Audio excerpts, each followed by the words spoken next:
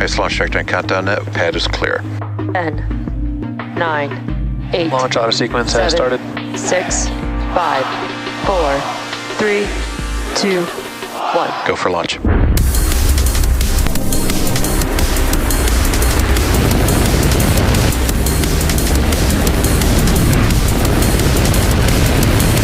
Vehicle is supersonic.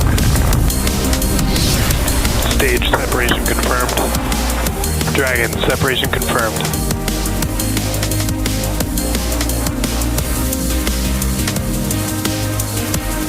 Stage 1 is transonic. Landing legs have deployed. And Falcon 9 has landed.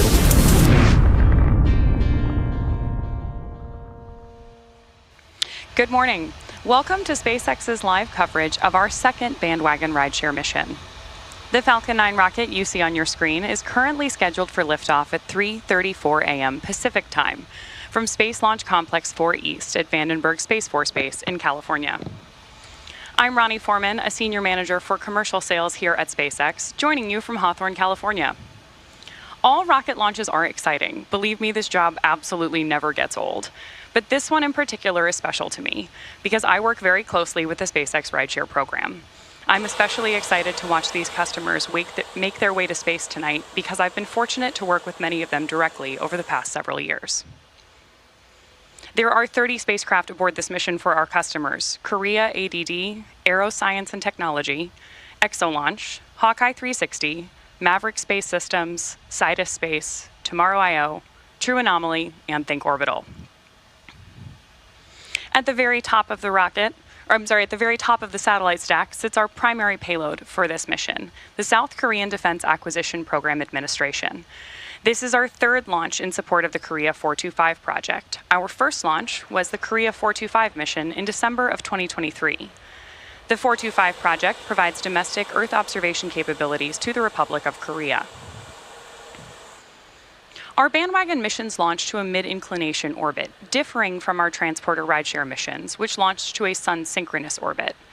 The mid-inclination orbit fills in gaps for our customers that want to expand their coverage or complete unique mission objectives, because changing the inclination of an orbit changes the way that a satellite moves around the Earth. Mid-inclinations offer a higher revisit rate, meaning that satellites in this orbit fly over the same point on Earth faster than they would in some other orbits.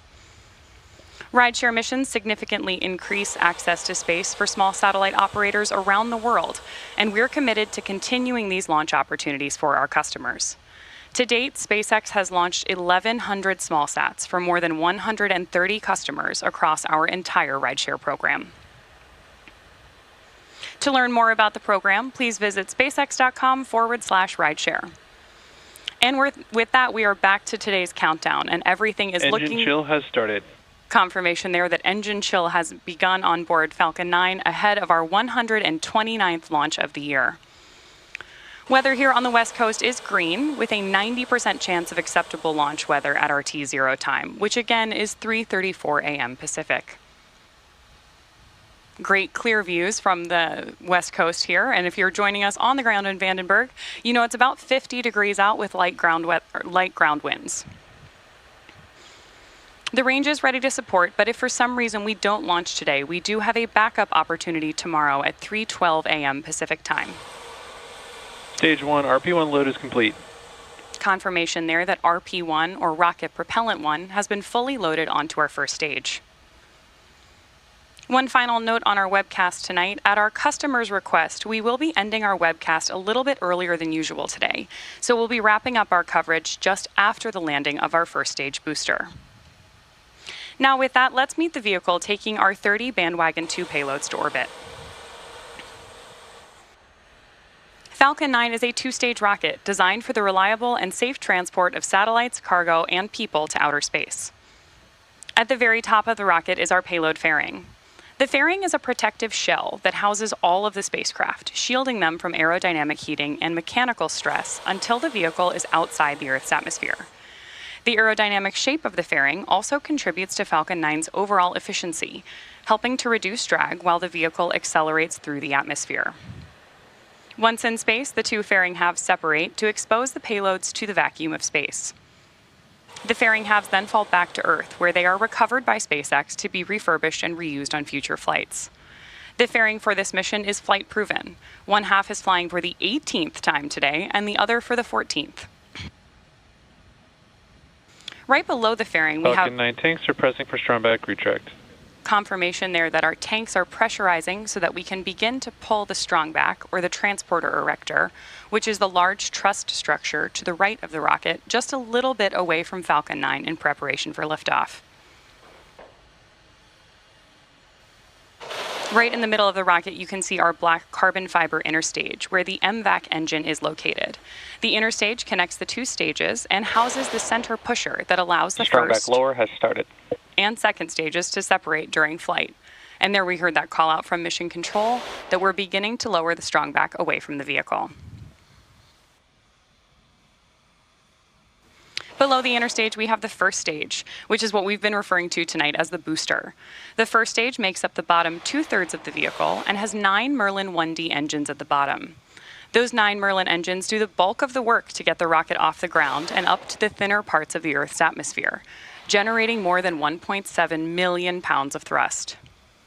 About 2.5 minutes into flight, the first stage will separate and make its way back to Earth, attempting a land landing at LZ-4, which is not too far from our launch pad. Great views on our screen there of that strong back retracting away from Falcon 9. And with T-minus 3 minutes and 36 seconds, all systems continue to be go for an on-time liftoff. At liftoff, the transporter erector is going to retract all the way away from the rocket to clear the way for Falcon 9's ascent.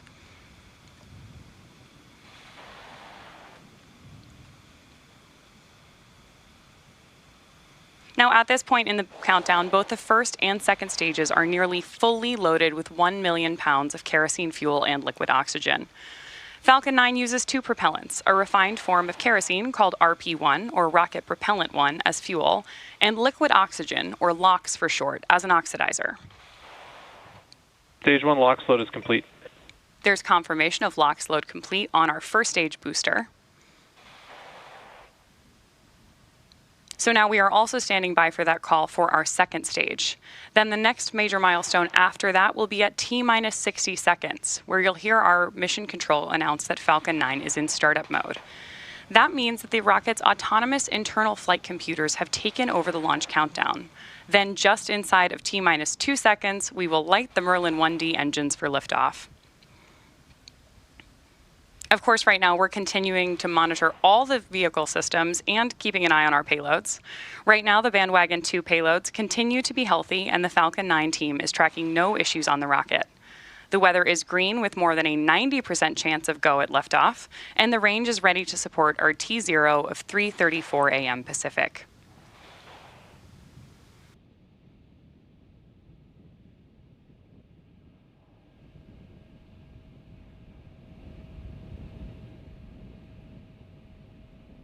We're standing by for these final call-outs, and our last... Stage 2 LOX load is complete. There's confirmation of LOX load complete on the vehicle. And with that, we are just a little bit more than 1.5 minutes away from launch.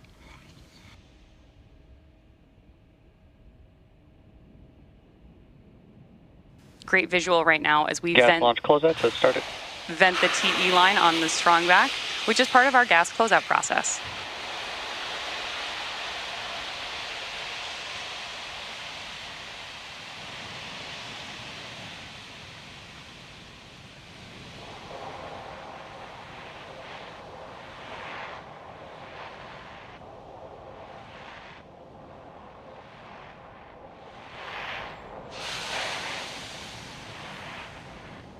Falcon 9 is in startup. There's that confirmation of startup mode. And at this point, we are standing by for our final go for launch.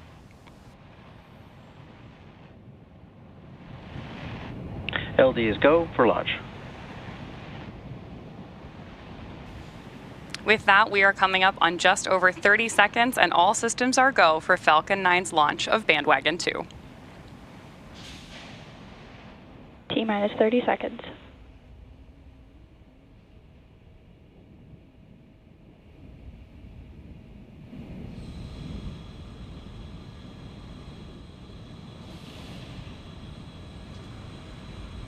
T minus 15 seconds. T minus 10, 9, 8, 7, 6, 5, 4, 3, 2, 1. Ignition.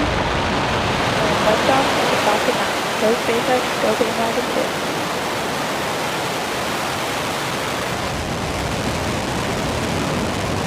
Vehicle pitching downrange. Stage 1 propulsion is nominal.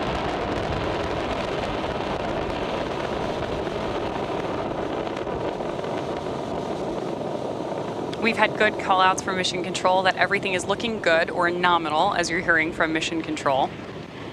And these nighttime views, of course, mean that we are about about 40 seconds into the launch of our Bandwagon-2. Power and telemetry are nominal. Confirmation there that power and telemetry are both looking good. And we are currently throttling down the rocket to prepare for max Q, the point of maximum. Supersonic. With that call out, we know that Falcon 9 is moving faster than the speed of sound. And again, max Q is our next major milestone here.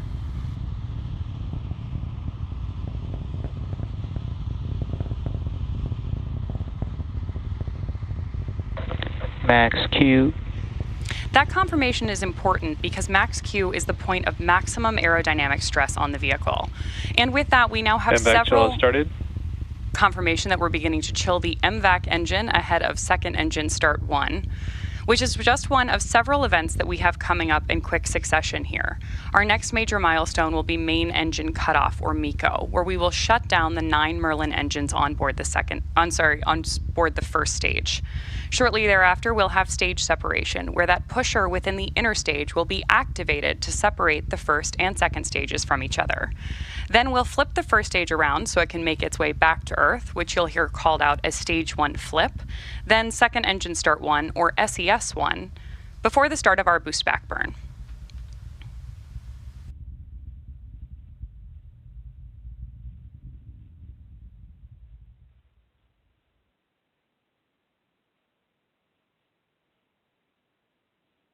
Main engine cutoff.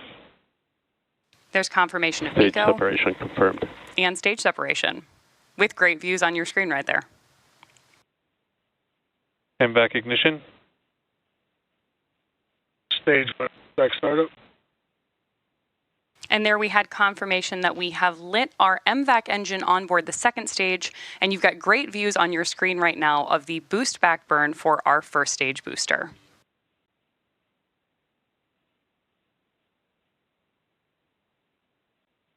The next milestone we're expecting to hear called out by Mission Control is fairing separation. During fairing separation, those 2 fairing halves, which again are flight proven for today's mission, are going to be jettisoned away from one another before falling back to Earth. SpaceX will attempt to recover those fairing halves again tonight. Reusability is key to lowering the cost of access to space, which is critical to enable Fairing separation confirmed. future scientific research. And with that, we do have fairing separation confirmed. Stage back shut down.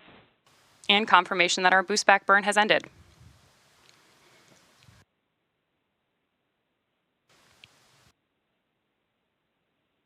Now that our boost back burn is complete, Falcon 9 has 2 more burns in order to land its first stage booster.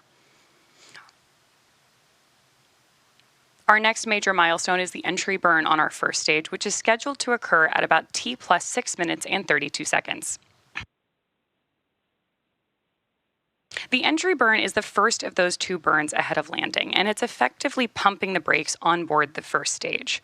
We need to slow the rocket down before it hits the denser parts of the Earth's atmosphere.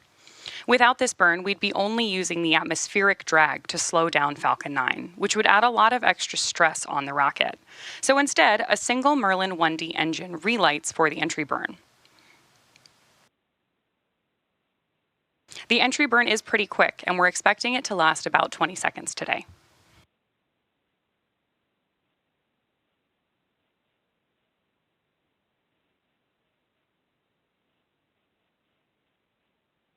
While it makes its way back to Earth, Falcon 9 is using 4 hypersonic grid fins, which are positioned near the top of the first stage to help steer as it heads back toward landing zone 4 at Vandenberg Space Force Base in California.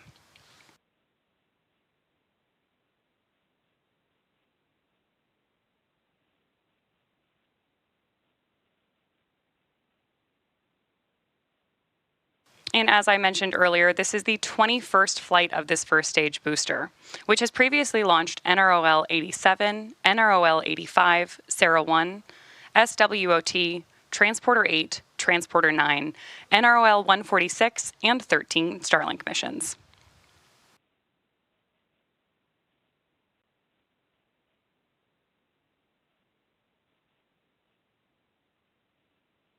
Right now, we are just about a minute away from that entry burn.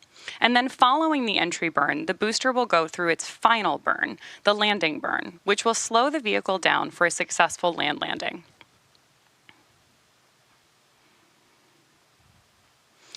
Just in case you've never joined us for a land landing before, hopefully tonight you'll have a good view of our landing legs. That's what Falcon 9 uses to touch down either on the landing zone or the drone ship. Those 4 landing legs are made of carbon fiber with aluminum honeycomb and placed symmetrically around the base of the rocket. We should see them deployed just prior to landing.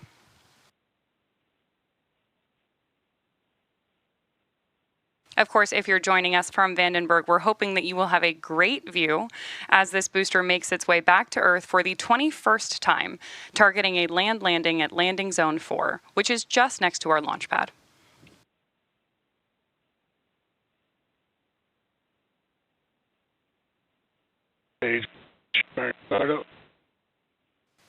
There's confirmation that this burn has begun. And again, we're expecting the entry burn to last just about 20 seconds. Getting some good views of those grid fins as well.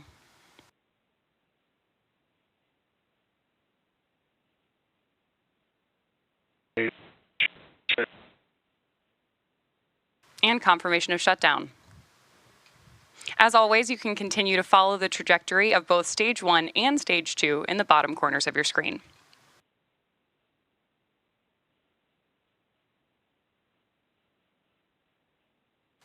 Some views of the California coast coming in behind those grid fins on your screen at the moment. Fun fact, today's launch is the first launch of winter here in the Northern Hemisphere, as the winter solstice was just about 2 hours ago at 1:21 a.m. Pacific time. Stage 1, FTS is saved. Confirmation there that we're safe. And that Falcon 9 is transonic.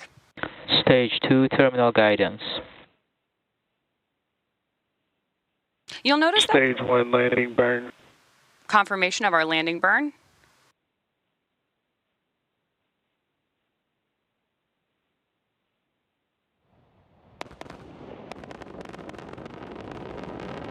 Stage 2, FTS is saved.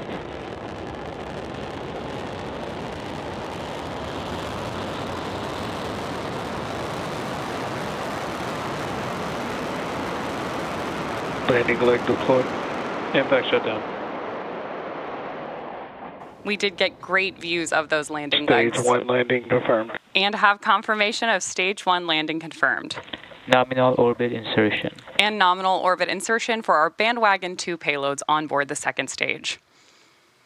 With that successful landing at Landing Zone 4, this booster has completed 21 flights, and SpaceX has now landed 386 orbital class rockets. With that, we will bring today's webcast to a close. For those of you interested in learning more about today's payloads and deployments, please head over to our customers' websites for more information. We would like to thank all of our rideshare customers for entrusting us with their spacecraft today. And as always, a big thank you to the range and the FAA for their ongoing support. And finally, thanks to all of you for tuning in. We'll see you again soon.